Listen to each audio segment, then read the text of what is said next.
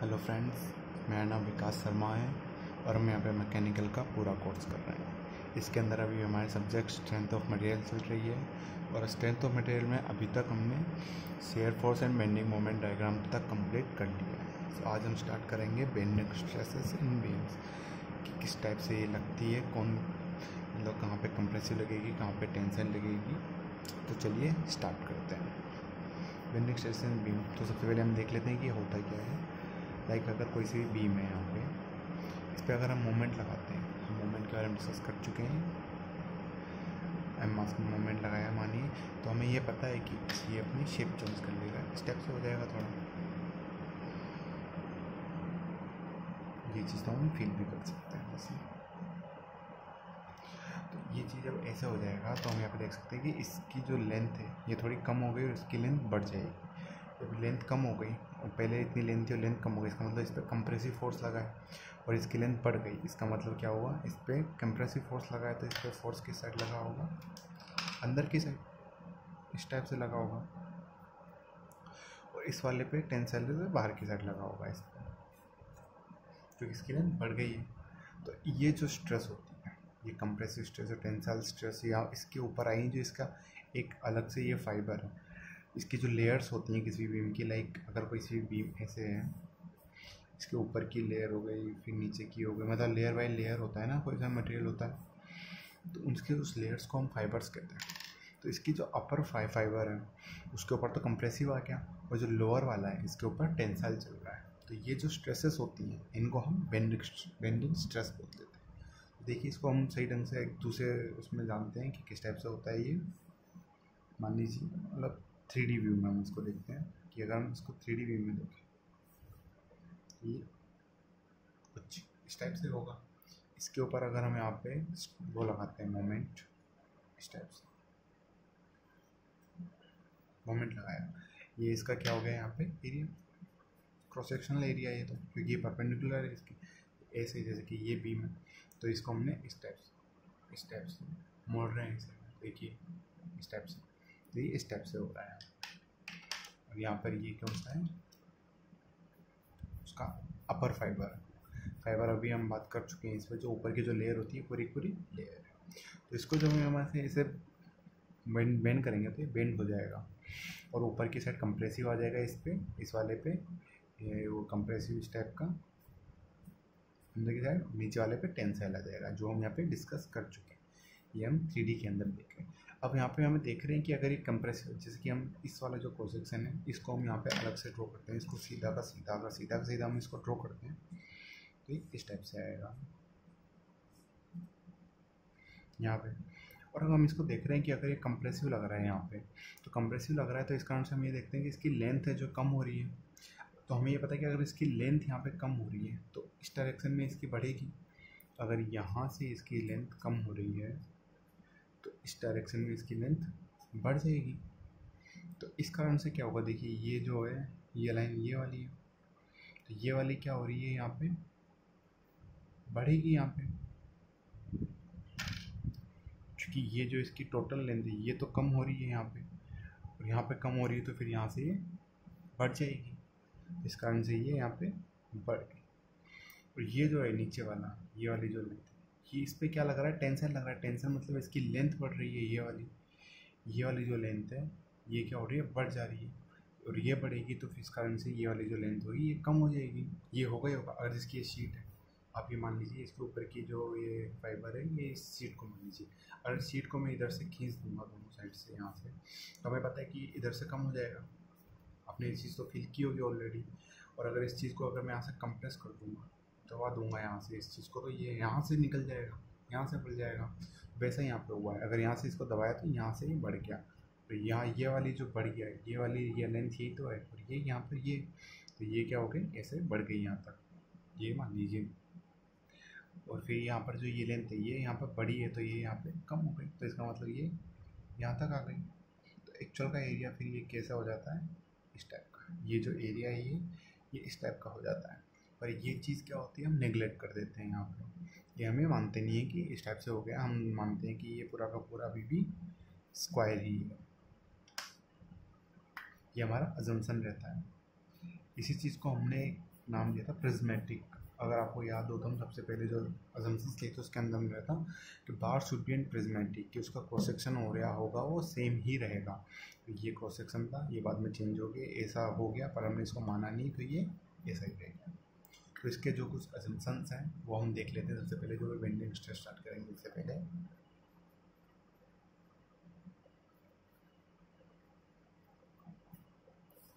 जैसे mostly assumptions जो है वो हम पहले ही कवर कर चुके हैं इसके।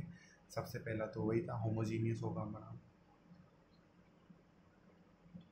Material should be homogeneous. Homogeneous हम डिस्कस कर चुके हैं आई थिंक फर्स्ट लेक्चर में। सबसे पहले हमने स्टार्ट ही इससे किया था कि व्हाट इज़ होमोजीनियस। उसके अलावा हमने एक और चीज़ वहाँ पे पढ़ी थी, isotropic.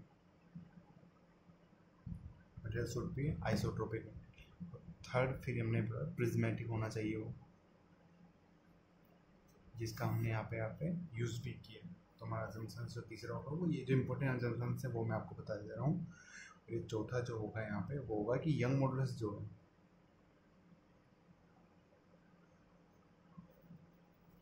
E, it should not change. It should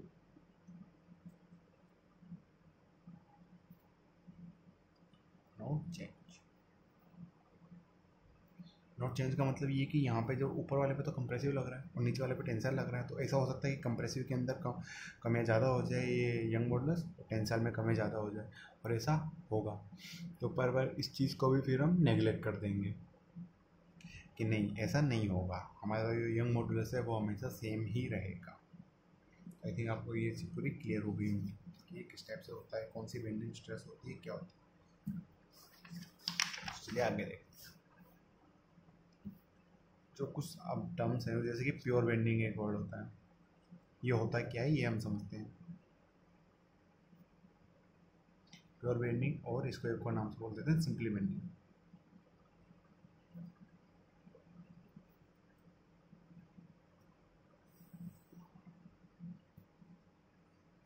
तो ये होता है क्या है, ये होता है कि जब भी जो बेंडिंग मोमेंट होगा वो कांस्टेंट होगा। जब भी मतलब जैसे कोई सी भी बीम मान लीजिए आप, जैसे कि मतलब अभी हम इसका एग्जांपल कर ही लेंगे। जैसे कि मान लीजिए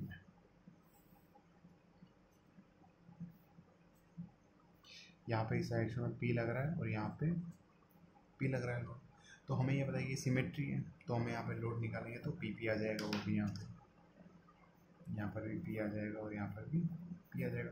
अगर इसका हम शेयर फोर्स डायग्राम ड्रॉ करें यहाँ पे, तो ऊपर की साइड पी लेफ्ट से चल रहे हैं, ऊपर की साइड ये हमने लास्ट लेक्चर के अंदर ही पूरा डिस्कस किया बहुत सही ढंग से कि किस टाइप से ड्रॉ किया जाता है और कैसे। तो यहाँ पर ये पी तक गया, फिर उसके बाद यहाँ पे देखिए इस वाले रीजन के अंदर कुछ है नहीं, ज़ीरो है यहाँ पे लोड, तो ये कांस्टेंट रहेगा। फिर देखिए पी नीचे की साइड आ गया, फिर यहाँ पे क्या है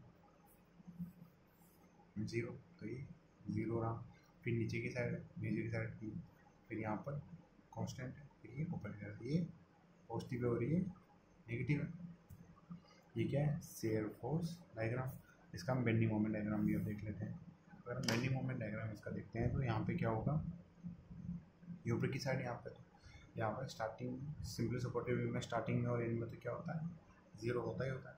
और यहाँ पे देखिए ये क्या है कांस्टेंट है, इसका मतलब क्या होगा, ये एक स्ट्रेट लाइन होगा। इस जगह पे ज़ीरो है तो ये यहाँ पे कांस्टेंट रहेगा, इस जगह पे नेगेटिव स्लोप के साथ है तो ये नीचे आ जाएगा। सो ये देखिए यहाँ पर पॉइंट देते हैं A point, B point, C point और D point. A point, B point, C point, D point. A point, B point, C point और डी पॉइंट। तो प्योर बेंडिंग होता है जब बेंडिंग मोमेंट जो होता है वो कांस्टेंट होता है।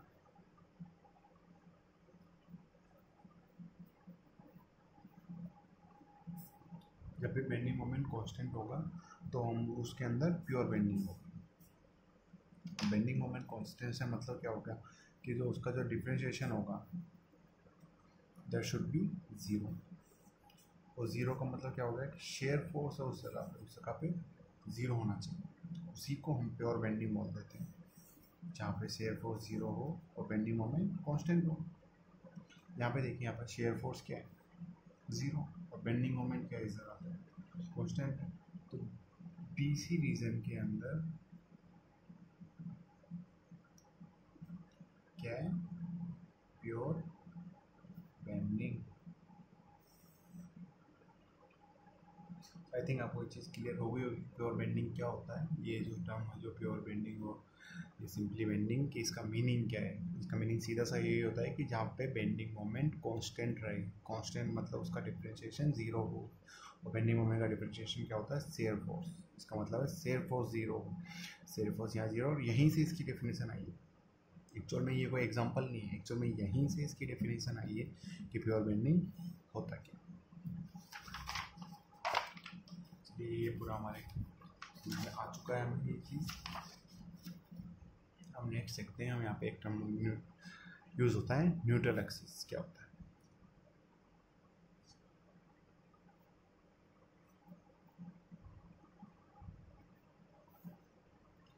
तो फिर जब हमने ये देखा था कि जब भी कोई ऐसे बीम होगी, तो मोमेंट लग रहा होगा, तो मोमेंट लगेगा तो वो ऐसे टिल्ट हो जाएगा, बीम जो भी होगी वो टिल्ट हो जाएगी। और हमें ये पता है कि इसकी लेंथ कम हो जाएगी, इसकी लेंथ बढ़ जाएगी, और इसकी लेंथ कम हो जाएगी और इसकी लेंथ बढ़ जाएगी। इसका मतलब ये होगा कि इसमें तो कंप्रेसिव आएगा स्ट्रेस, और इसमें टेंसाइल आएगा। कंप्रेसिव टेंसाइल आएगा, इसका मतलब है कि इसमें तो नेगेटिव आएगा और इसमें पॉजिटिव आएगा। इसका मतलब क्या हुआ कि इन दोनों के बीच में एक ऐसा पॉइंट भी होगा जहाँ 0 भी होगा, क्योंकि देखिए यहाँ तो नेगेटिव है और यहाँ पॉजिटिव है। तो इसका मतलब कोई सी वैल्यू नेगेटिव से पॉजिटिव जाएगी तो वो 0 को तो क्रॉस करके ही जाएगी ना, -2 -1 फिर 0 1 2 3 ऐसे जाएगा, तो 0 तो आना ही है। तो यहाँ पे कोई ऐसा भी एक्सिस होगा जिस पे जो होगा बेंडिंग, जो ये होगा बेंडिंग स्ट्रेस, वो 0 होगा। आई थिंक आपको एक चीज़ समझ में आई होगी कि जहाँ पे बेंडिंग स्ट्रेस 0 होगा, ऐसा कोई यहाँ पे ज़रूर एक प्लेन होगा पूरा का पूरा ही। क्योंकि ये एक्चुअल में क्या है, ये तो इस टाइप से यहाँ पे अगर आप देखो इसे, तो ये तो इस टाइप से यहाँ पे,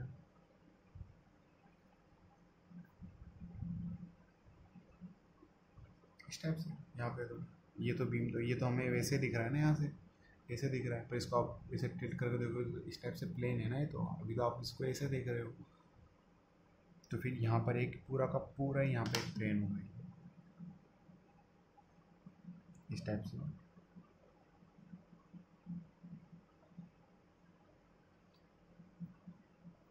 ये जो पूरा पूरा प्लेन होगा यहाँ पे,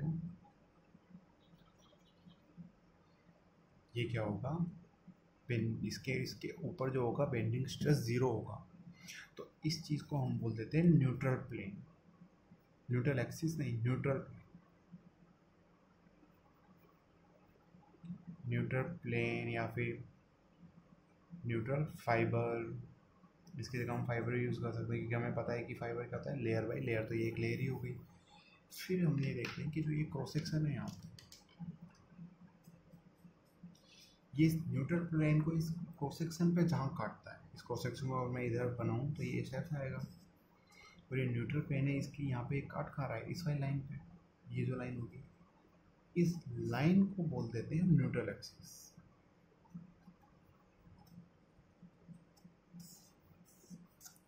ये न्यूट्रल एक्सिस नहीं होता है, ये आप ध्यान रखिए, ये न्यूट्रल एक्सिस नहीं होता है, ये न्यूट्रल प्लेन होता है।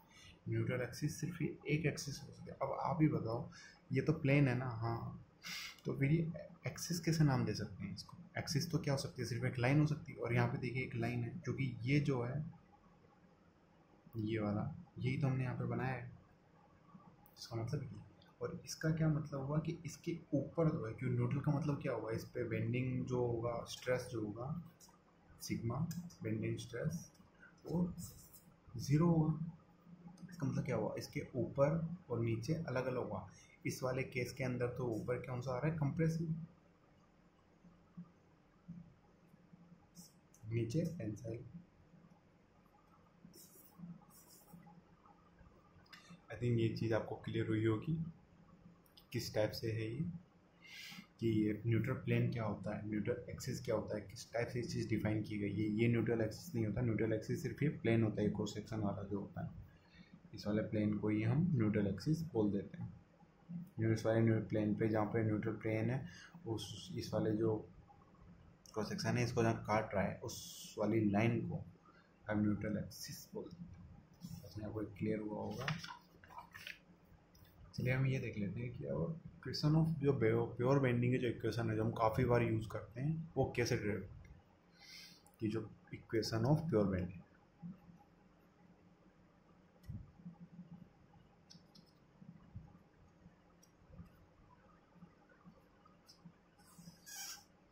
इक्वेशन ऑफ प्योर बेंडिंग क्या होती है हम सबको वैसे पता ही है, पर फिर भी E/I R equals to M/I equals to सिग्मा/Y।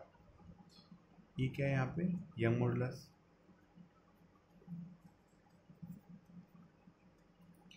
M क्या है, bending moment at that point जहाँ पे हम स्ट्रेस निकाल रहे हैं उसी का, सिग्मा क्या है, bending stress at point Y. ये आपको समझाऊंगा ये वाई पॉइंट कहाँ पर है। आई तो है moment of inertia about neutral axis. Neutral axis के अबाउट जो मोमेंट ऑफ इनर्शिया होगा उस क्रॉस सेक्शन का प्लेन का नहीं, क्रॉस सेक्शन का। अगर हमें MOI निकालना पड़ेगा तो हम इसका नहीं निकालेंगे, सिर्फ हम इस क्रॉस सेक्शन का निकालेंगे। ये जो क्रॉस सेक्शन है इसका इस एक्सिस के अबाउट, क्योंकि ये हमारी न्यूट्रल एक्सिस है इस वाली केस में। आई तक आ गए हम आर, रेडियस ऑफ कर्वेचर।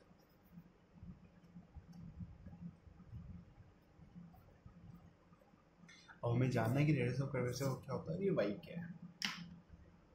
ये दोनों हमें पहले हम देख लेते हैं कि जैसे कि अगर कोई सा भी अभी जो था ये कि अगर ऐसे कोई बीम है, इसको अगर हम यहाँ से मोमेंट देते हैं ऐसे, तो ऐसे ही बेंड हो जाएगी थोड़ी सी। बेंड होने के बाद जो इसका ये रेडियस बनेगा, ये इसी को हम आर बोल देते हैं। तो ये आर है ना,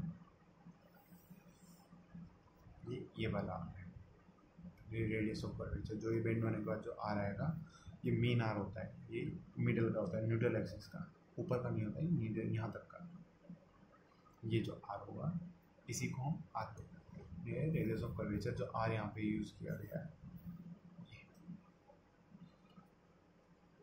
ये हो गया हमारा आर की, हम आर क्या चीज़ है। अब देखते हैं कि हम वाई क्या चीज़ है।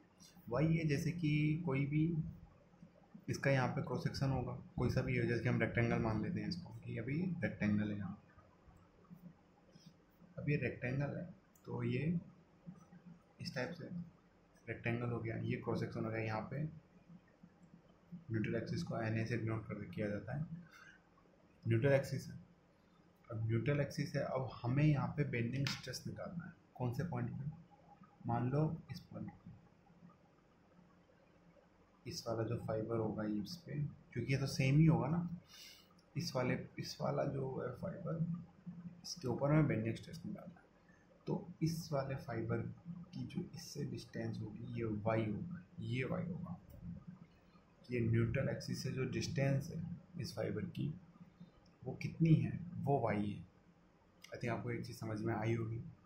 तो ये सिग्मा जो है वो है इस वाला जो फाइबर है यहाँ पे, ये इसकी जो ये इसके ऊपर जो बेंडिंग स्ट्रेस है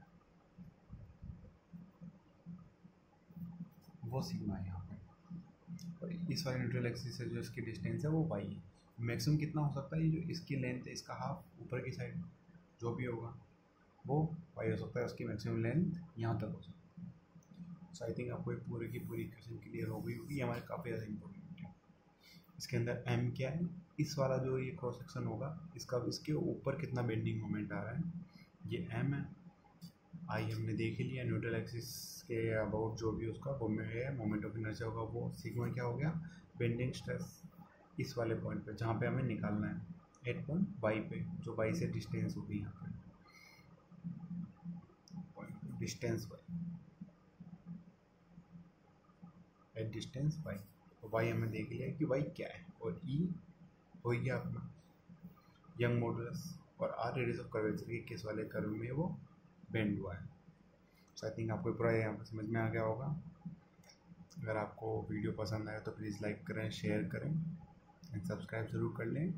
एंड विकास शर्मा, मिलते हैं नेक्स्ट लेक्चर। Thank you.